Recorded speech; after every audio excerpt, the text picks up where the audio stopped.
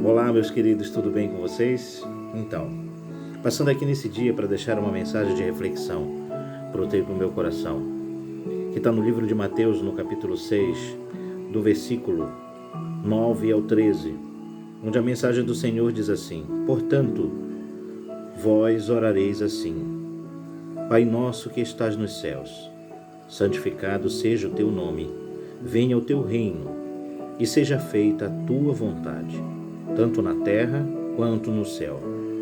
O pão nosso de cada dia dá-nos hoje. Perdoa-nos as nossas dívidas, assim como nós perdoamos os nossos devedores. Não nos induza à tentação, mas livra-nos do mal. Porque teu é o reino, é o poder e a glória para todos sempre. Amém. Nós estamos vivendo um dia muito especial, onde o próprio Jesus, sacrificado, que deu a vida por mim e por você, naquela cruz. E nesse dia, nós nos lembramos desse sacrifício. E nós oramos intercedendo a Ele, para que Ele nos fortaleça cada vez mais na sua graça, na sua misericórdia. Mas quando eu leio este texto, esta oração que foi ensinada pelo próprio Jesus, e eu reflito nesta oração, aonde Ele me ensina a orar pelo pão de cada dia, aonde Ele me ensina a orar pelo livramento das tentações, aonde Ele me ensina a orar pelo perdão das nossas dívidas, pelo perdão das nossas dívidas e perdoar também aqueles que nos devem. E quando a gente pensa e reflete nesta dívida, nós colocamos na parte material da nossa vida, porque enquanto a gente pensa em oração e diz que o poder do reino, isso vem de Deus, quando a gente pede intercessão pelo alimento, isso vem de Deus, mas quando a gente pede pela indução, para que Ele não nos induza à tentação, isso também vem pelo poder de Deus em nos fortalecer.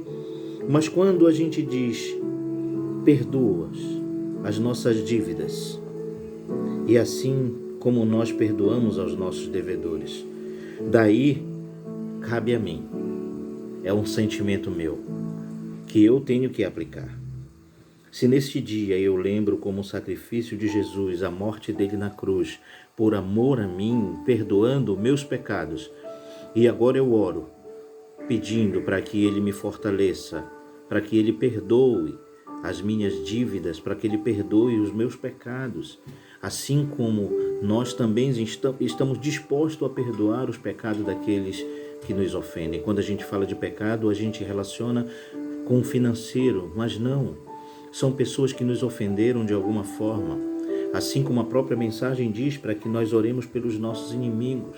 Mas não é uma oração de perseguição, é uma oração de perdão, é uma oração de colocar diante do Senhor a dificuldade que nós estamos tendo entre os nossos pares.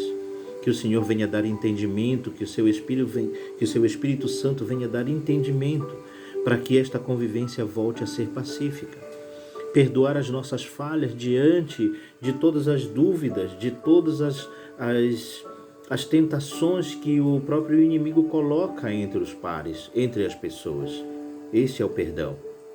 Se Jesus morreu naquela cruz por amor da minha vida, agora Ele me coloca diante dele também, para pedir perdão por tudo que eu fiz por alguém. E pedir perdão para essa pessoa também. Perdoar se ela magoou, se ela feriu de alguma forma dívidas. Perdoa, Pai. Me perdoa, Pai. Mas nós também devemos amostrar o nosso perdão. E é aí que entra o versículo 14 e 15 desse mesmo texto, que nós acabamos de ler, de Mateus 6, 9 a 13.